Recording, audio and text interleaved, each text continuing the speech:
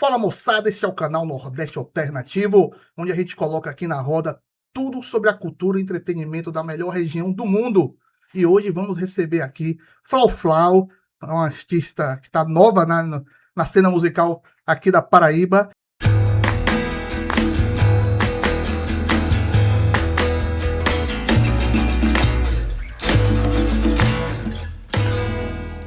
E eu queria primeiramente agradecer a você por estar aqui e perguntar como foi que a música começou na sua vida. Eliseu, obrigada pelo convite, tô feliz. Conheci o podcast recentemente, vi a galera entrevistada, muito massa, tô bem empolgada.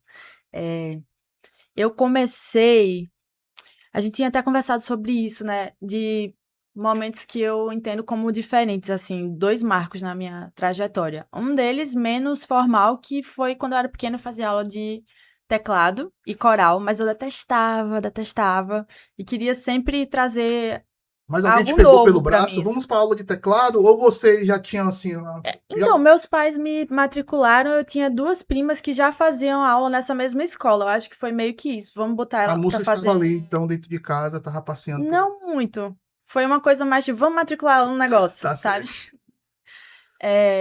E aí eu queria tocar percussão. Eu lembro que e tinha as apresentações de coral, e aí eu sugeria ao professor para eu tocar atabaque ao invés de cantar. Só que não fazia o mínimo sentido sonoramente. Aí ele fez, tá bom, vá. Aí eu lembro que eu levei o atabaque pra uma apresentação, mas fiquei só baixinho, assim, com vergonha.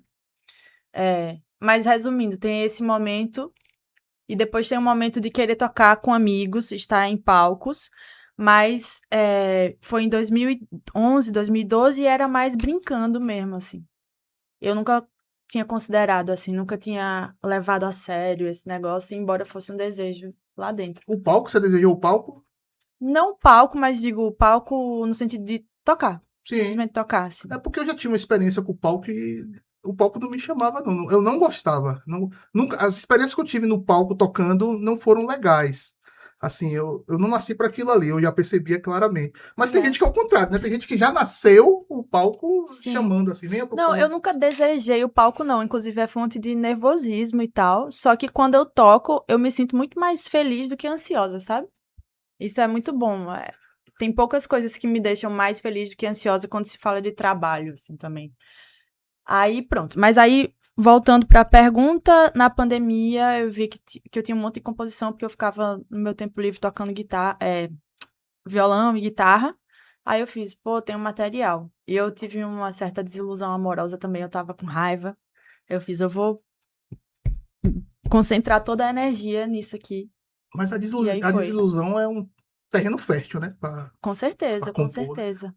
Fico até pensando como serão minhas próximas composições, porque agora eu tô muito feliz. Tá certo, tem que pensar mesmo. Tem que pensar. Aí você juntou, né, uma quantidade ali de canções, falou, isso aqui dá pra ir pra frente. Aí como é que foi isso? Sim. Eu fui vendo o que eu tinha de arquivos no computador, porque eu aprendi a mexer em software de produção musical Sim, fazendo oficina online. A oficina gratuita que estava super acontecendo na pandemia, né? Porque o pessoal queria se conectar e canalizou pra. aprender Muito coisas. bom. Aí eu vi o material que eu tinha, eu fui compondo mais em cima, até perceber que era um material apresentável como demo. Aí eu conheci um rapaz que faz produção musical lá no Rio, ele estava começando também. E aí eu mostrei o material e ele topou. Paulo Emerri, o nome dele. Muito gente boa, amigão. E aí você produziu o primeiro, foi o quê? Um EP? Não, foi um disco já.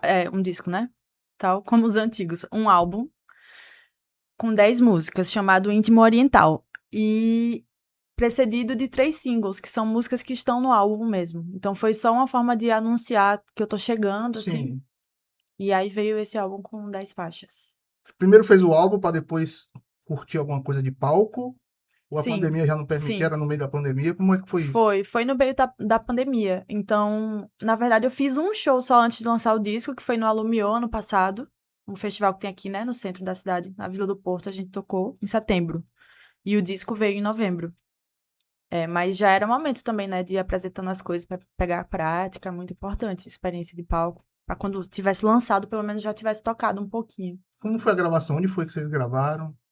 A gravação foi a maior parte no Rio de Janeiro, porque eu morava lá. de 2017 a 2023. Eu fui fazer mestrado, depois doutorado. E aí foi um processo super lento na casa desse produtor, de Paulinho, que é um estúdio. Hoje ele tá transformando cada vez mais em estúdio. E aí foi isso. Eu fazia coisas em casa, a gente ia gravar, e eu revia algumas coisas, mandava coisa que eu tinha feito no computador, mas a gravação no grosso mesmo, de captação, de guitarra, de bateria, foi na casa de Paulinho. E bateria na casa do baterista, porque foi o que foi gravado primeiro. Foi um processo bem maluco, assim, a ordem das coisas foi muito maluca. E então a maior parte foi no Rio. E onde é que o do Sol entra nessa história aí? O do Sol entra na hora de lançar, que eu tava. O do Sol é um selo, né? Pra Sim. galera que talvez não sabe, é um selo de Natal, que tem todo um aparato, assim. Eles têm o Festival do Sol, eles têm o Renome, tem várias bandas que são vinculadas lá do Rio Grande do Norte ao selo do Sol. E eu pedi dicas pra colegas, assim, gente, eu voltei pra João Pessoa, tô com material massa e queria lançar por um selo que me ajudasse a ter visibilidade e atingir um público específico, né, desse recorte, assim, que gosta de indie rock alternativo. E aí eu entrei em contato com o do Sol, mandei o material, eles também curtiram e toparam. E foi Então, isso. foi o do Sol, porque o do Sol também grava, né? Tem muita gente que sai daqui Sim. pra gravar em Natal, né? O do Sol não participou da gravação, foi só a distribuição e em seguida eles chamaram a gente pra gravar uma live session, né? Uma sessão ao vivo que tá no YouTube, se vocês quiserem checar aí. Tem umas Massa. musiquinhas gravadas. E como é que foi pra fechar o disco, hein? Dá muito trabalho, escolher ordem de música, qual música fica de Ixi, fora, que eu sei que isso aí é um dá, trabalhão. dá. Ó, foi um babado, assim, eu não lembro exatamente como foi, mas foi um dos processos mais delicados e demorados. E a gente, na verdade, adicionou músicas. A introdução, que chama Só o Tempo, foi uma falta que a gente sentiu de ter uma faixa mais lenta, mais introdutória mesmo. E aí eu já tinha essa ideia no violão, fui lá gravar. Aí entrou depois. Mas esses pequenos detalhes de tipo, e nessa música falta um synth ali pra completar a ideia melódica, falta isso, falta aquilo. Nossa, foi difícil. E a gente é muito detalhista, eu e Paulinho somos. E o meu último processo, na hora de terminar o disco, na verdade, foi fazer as letras. Então, o que faltava, fora esses ajustes assim de synth, de mix, era gravar a voz, de fato. Porque eu não tinha as letras completas. E aí isso foi também uma questão. E aí eu trabalhei muito, assim, porque eu nunca tive prática de escrita, Sim. sabe? Lírica, sei lá. Então foi tipo, não, isso aqui não tá bom, isso aqui não soa bem, isso aqui não sei o que, não sei o que. O Mas foi que isso. me chama muita atenção no seu disco é que tem um sucesso ali, assim, de cara, que você olha, bate o olho, Johnny People, uma música que bate no olho e gruda, principalmente para quem mora aqui em João Pessoa. E ela é a última, né, se não me engano, né? É. É a última do disco. E isso é um pouco fora da curva com relação ao que os antigos, né, como a gente fala muito, os antigos faziam, né? Antigamente, quando você pegava um disco e batesse o olho, essa música aqui é o sucesso. Ela ia pra, era a música 2, sempre era a música 2. Tinha uma história do vinil, que era o melhor lugar do vinil. E A é. qualidade é. Ou era a música 2 do lado A, ou era a música 1 do lado B. Era sempre assim, sempre desse jeito. Ou era a música 1, 2, ou era a música 7. Eram Que sempre... engraçado. era sempre desse jeito. E Johnny People acabou sendo a última. Me conta um pouquinho sobre Johnny People. Assim, você fez essa letra aos 45 do segundo tempo. Você estava aqui ou você estava no Rio de Janeiro?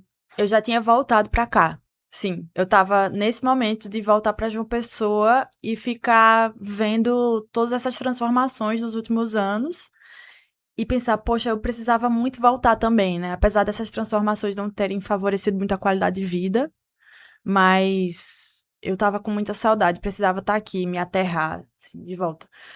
Aí, É sua terra mesmo? Você é nascida aqui em João sim, Pessoa? sim, sim. Eu só passei esse tempo no Rio Sim. por conta de trabalho e voltei. E aí, foi a última letra que eu fiz, porque não necessariamente como eu te falei, o processo de fazer as músicas não foi pela letra. Hum. Então eu pegava aquelas melodias e ficava, o que é que eu queria dizer com isso, antes da palavra? E aí eu fui tentando fazer algumas associações e fiz, não, essa música vai ser sobre João Pessoa. Só que tinha uma pegada muito militante no sentido objetivo. E pra mim, por mais que eu, em outros trabalhos, que eu tenho outros trabalhos além da música, esteja muito envolvida em militâncias e política pública, etc., para mim, música é uma coisa muito afetiva. Eu não consigo. Eu prefiro uma linguagem mais sutil que misture sentimentos e bandeiras também. Enfim. E aí foi nessa que eu cheguei, e aí eu fiz, não, tá, eu vou escrever por esse viés aqui. Aí surgiu essa ideia. Foi um momento meio aleatório, assim, do íntimo oriental. Aí quando surgiu esse trecho que eu sabia que ia ficar legal na letra, aí eu fiz, caramba, isso vai ser o nome do disco também. E aí, e aí é isso, a música tá no final, tanto porque ela realmente foi uma das últimas letras, se não a última, mas porque ela é mais dramática, então faz sentido tá ali, Ela tem sabe? uma crítica social, assim, bem, né, amena, tem uma declaração de amor pros amigos, assim, né, tal. Sim, sim, Você parece que estava narrando aquilo que você estava passando com você mesma, né, que você tinha deixado João Pessoa e sim, depois tinha sim, voltado. sim. Eu acho massa, assim, é uma letra simples, porém que ela tem uma carga de dramaticidade, não só social, como também afetiva. Obrigada. Muito, muito Era legal esse o mesmo. E objetivo. é mais uma das músicas que versam sobre João Pessoa, que nossa cena tem um bocado de. Madalena Muggen mesmo tem uma. Sabe, tem algumas bandas que fazem essas declarações que eu acho que pra mim são importantes Total. pra gente fincar o pé que João Pessoa. Eu não sou daqui de João Pessoa, nasci Ah, na Bahia, eu sou baiano, mas eu moro aqui há 25 anos. Minha mãe é paraibana, de Cajazeiras, do Sertão. E hoje, se alguém me perguntar, eu falo, eu tenho o maior orgulho de dizer que eu sou paraibano mesmo, assim, não só de coração, também de direito, né? Tenho duas filhas paraibanas e minha mãe é paraibana, eu acho que eu tenho o direito de me sentir paraibano também. Eu gosto demais disso aqui. Agora, não compare isso aqui com a Bahia. Bahia é lindo para passar uma semana e só. O resto é Paraíba mesmo. são Eu queria falar músicas sobre Paraíba diferentes. com vocês, sobre. A gente tem aqui na Paraíba uma referência muito grande quando a gente fala da cena underground. A cena underground normalmente ela é sempre colocada como ou é metal ou é hardcore. O indie nunca tem aquele espaço assim, né? O indie nasceu no underground. Na minha época, o indie, pra gente, pro Aumenta Que Rock, o indie era o principal, gosto nosso, né? Era um gosto pessoal e por isso a gente olhava com outros olhos. Mas eu queria ver como é que você olha hoje, como é que essa cena funciona na sua visão, principalmente pro indie, né? Que é o som que você faz. Ó, pra mim é bem visível mesmo isso que você falou do metal e do hardcore estarem muito presentes, às vezes até o punk mesmo. E eu não sei muito bem avaliar por que que o indie não tá tão presente hoje. Também não conheço tanto essas bandas dessa geração que você falou que estavam mais em alta no indie aqui. Mas, de fato, o que eu vejo sei lá, eu sempre tive esse gosto pessoal que foi se formando assim e que veio a calhar ali em 2012, 2013, que me fez me empolgar assim com escuta de música indie, que foi Tame Impala lançando o primeiro disco, o In a Speaker, né, se eu não me engano. E aí Blue Trip, que é uma banda daqui, né, embora Lucas esteja hoje em São Paulo, o pessoal da banda maior parte de São Paulo, mas é daqui, né, a ideia, e Lucas mesmo, que é o compositor e idealizador.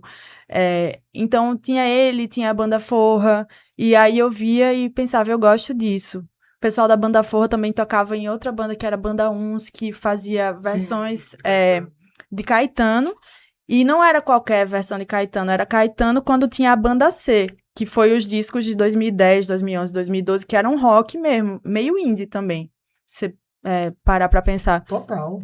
Então, isso me formou bastante, bandas como Mombojó, nossa, tá aqui, marcou muito minha vida.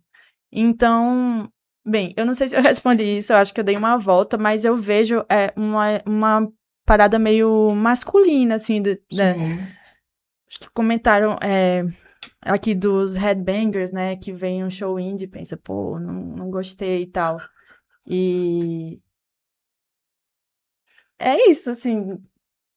Nessa época de- aí que você cita, né, de Banda Forra, de Tame Impala, Blue Trip, você só citou coisas masculinas. sim. Você ouvia coisas femininas na época? Nessa época você consegue citar alguma coisa que. Daqui da Paraíba, não, eu não me lembro mesmo, assim.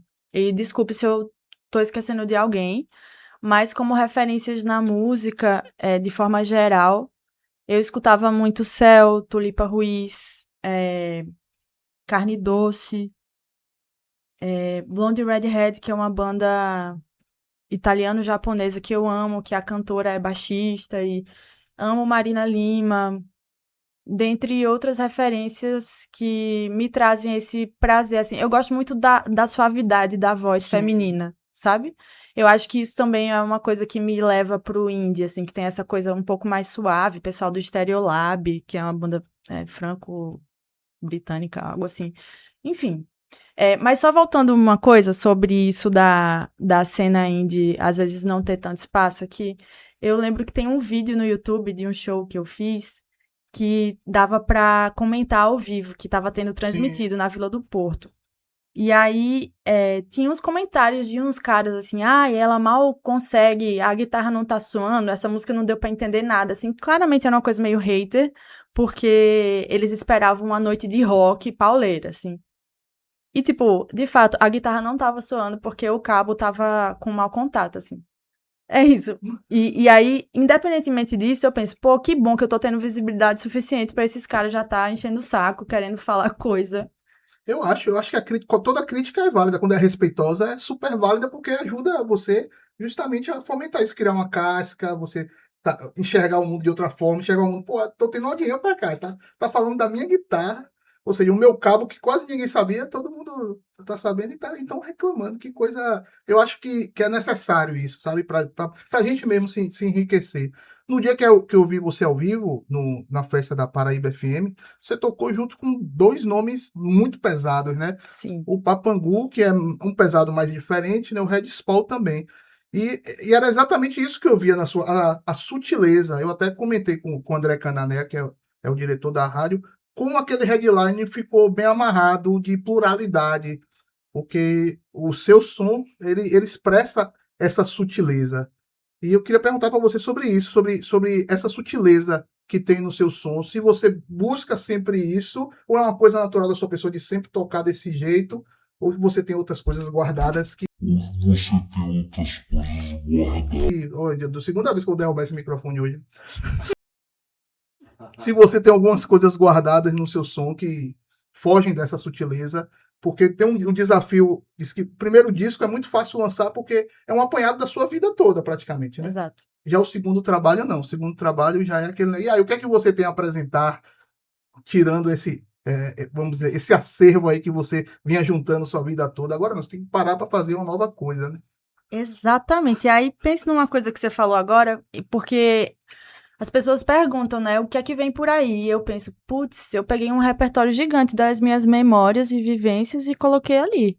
E aí, o fato das músicas serem mais suaves conversa também com o meu tipo de voz. Porque eu gosto de, por exemplo, bandas de rock que eu adoro. Podem tirar onda, mas eu adoro Aerosmith. Amo Queens of the Stone Age, Blonde Redhead, que é mais diferente. Bom, nossa, me fugiu agora nomes, mas eu juro que eu sou roqueira também, mais hard, tá? É, Sonic Youth, enfim.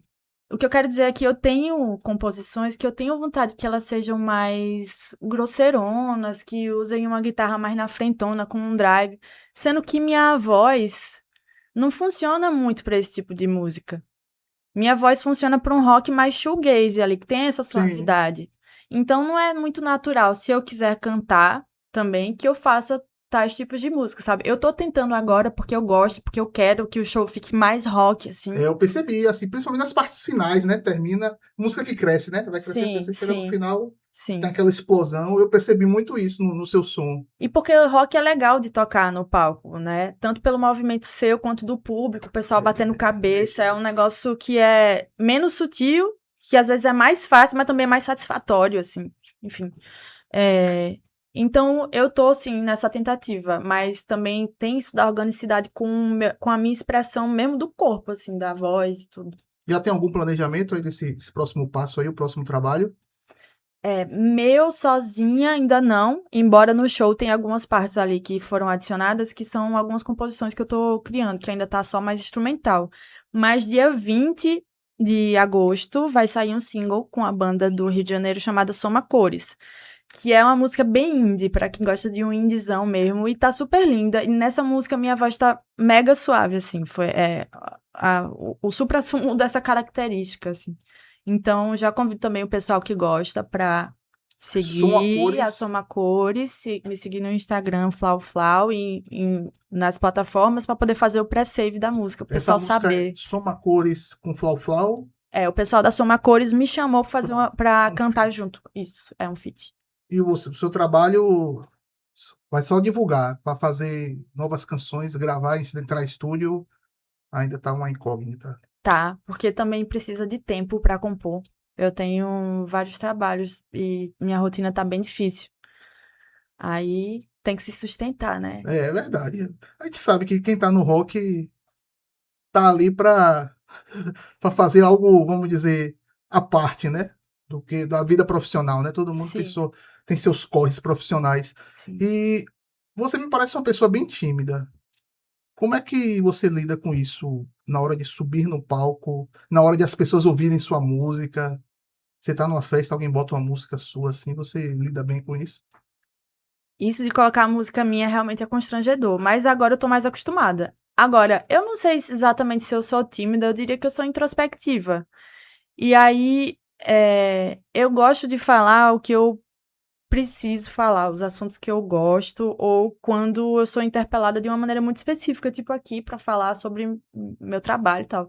Então, quando eu chego no palco, pô, passei um tempão trabalhando nas músicas, eu gosto das minhas músicas. Então, principalmente depois das primeiras tocadas que eu fiquei menos nervosa, eu pensei, pô, eu adoro estar no palco. Sempre é cansativo, mas revigora minhas energias, minha vitalidade, assim, gosto muito. Eu lembro até de, sabe, Kim Gordon, do Sonic Youth, Sim. a cantora, baixista, compositora, enfim, que tem um trabalho solo muito massa agora. E ela fala isso no livro dela, que ela é uma pessoa super introspectiva também, não é abertona como se espera, assim. Só que a pessoa entra no palco e sente que é massa. Não só porque as pessoas estão te vendo, mas o fato de você expressar aquilo que você quis, enfim. Eu vi no seu Instagram recentemente que você fez um show só voz e guitarra. Sim, Qual a diferença de fazer um show sozinha e de estar ali com um acompanhamento de uma banda? E fala um pouquinho da sua banda também. sim. Foi. Esse show eu fiz no dia 2 de agosto, em Niterói, numa ocasião em que eu fui. Foi meio coincidência, assim, porque eu fui a trabalho, no negócio da pesquisa do meu pós-doutorado, e aí, como não tinha tempo para ensaiar e nem dinheiro para levar a banda daqui, eu consegui marcar com os amigos da Tem Mas Acabou, que é uma banda de lá, e toquei. E a diferença é que dá muito menos trabalho. Porém, você fica nervosa porque você não tá junto com seus colegas de trabalho ali pra se apoiar, pra se você errar uma coisa. Tipo assim, se eu errar um acorde, vai fazer bem, vai ser horrível, né? Mas, mas é isso, na cara e na coragem. E é gostoso porque a pessoa se ouve melhor também, né? Tem menos barulho ao redor. É você, a voz e a guitarra. Então, isso de estar no palco e não conseguir se ouvir acontece com muita frequência. E poder se ouvir claramente é muito bom, isso foi massa. E sobre a banda, a gente tá com a banda de 5 pessoas, eu na voz e guitarra, Arizera, Arielle Lima, né? Arizera é o apelido dela, nos synths e no VS também, são os efeitos que tem no disco que não dá pra reproduzir só com 5 pessoas. Samuel Dré na guitarra e no VS também.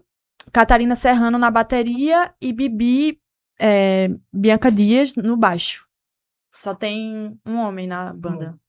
era isso que eu ia perguntar para você. Essa representatividade, ela é proposital ou você acabou acontecendo de você conhecer outras mulheres muito competentes também e foi natural que elas entrassem na banda? Ambos, ambos. Eu queria que tivesse. Acho que assim, eu não colocaria mulheres só pelo fato de ser mulheres, assim, primeiro, porque antes de tudo tem que ter uma certa intimidade, uma sinergia, né? E eu não acho que outras coisas podem vir antes disso, porque senão não funciona. Mas que bom que isso aconteceu entre as pessoas que eu conheci. Samuel chamou a Arizera, que foi natural também. Bibi, outros amigos já haviam indicado que foi uma pessoa que topou.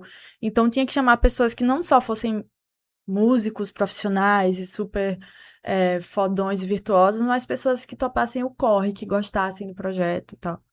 E aí, sim. E aí é muito bom ter mulher na banda também, porque quando a gente viaja junta, é diferente lidar, sabe? As coisas, tipo, arrumar não sei o quê, acordar e lembrar disso, lembrar daquilo. É diferente, sabe? Enfim, por várias construções sociais que a gente sabe. Mas é isso, lidar às vezes é mais fácil.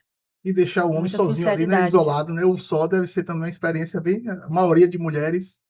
Você prestigia as mulheres daqui? Você costuma ir a shows? Sim, ultimamente as bandas que me vem à cabeça aqui, que eu fui no show, o último show foi da Long Way Home, que eu fui, de bandas com mulheres. A Matriarcaus também, que foi no Grito de Olga. Você tocou também no Grito de Yoga, né? Toquei. Aí eu gosto da Mar de Fuego também. Tinha a Gatunas, mas eu não sei se a Gatunas, Gatunas ainda tá tocando. Tem a Adriele, que vai lançar o disco dela. Não sei nem se eu podia falar isso. Desculpe, Adriele. Mas sim, eu tô por dentro e sempre vou quando eu posso. A Emerald Rio, que tem Catarina que toca comigo, ela toca bateria na Emerald e fui no último show também. É Muito muito legal, massa. Emerald Hill, eu gosto É bom demais. demais. Já me disseram pra ir pro show também, que diz que o show é melhor do que ouvir os Sim, discos. sim. Nossa, eles botam muita banda de São Paulo no chinelo, assim. Você falou muitos nomes aí. Na época da gente, acho que tinha a banda Bárbara, que é o pessoal da Long Way Home. Isso, exato. E eu acho que só. O resto, assim, tinha uma cantora no Scary Monsters. Tinha outra banda, Pluma também, que tinha uma banda que durou muito pouco, mas também tinha uma cantora. Mas da Bárbara ali, da Bárbara nasceu muitas coisas, né? Deu muitos frutos. A Luana Flores, a gente vai entrevistar ela aqui também. Sim. Ela era baterista da Bárbara. E o pessoal, né? A Débora Gil, tá, todo mundo frequentava muito a época do Galpão 14. E que bom que tá cheio de. Você citou aí, dá para encher quase as duas mãos, né? De artistas daqui, fora Pois que a gente já é. esqueceu, Pois né? é, vamos se ligar. Eu queria agradecer a você, né, por essa participação, que você deixasse um recado aqui para tiver as jovens que estão lá dentro de casa, que querem, né, que pegam seu violão, fazem suas músicas, assim, dar vamos dizer, uma mensagem para elas que como a música pode ser alguma coisa muito positiva na vida de cada um, né? Tá. Ó, esse papo de que para fazer música tem que ser muito virtuoso e tem que ser um gênio e só estudar música desde um tempão e tá ali nas artes, é papo furado.